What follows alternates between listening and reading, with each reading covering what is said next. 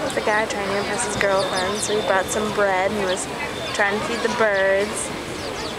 He's done now. And there's another man over there. I don't know if you can see him over the bush, but he's also feeding the birds, but he's doing it as a business, and people pay him money, and then he teaches them how to feed the birds too.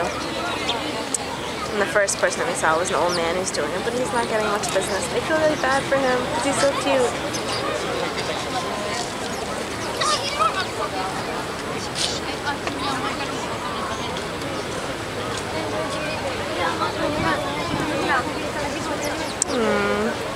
I think he gave up.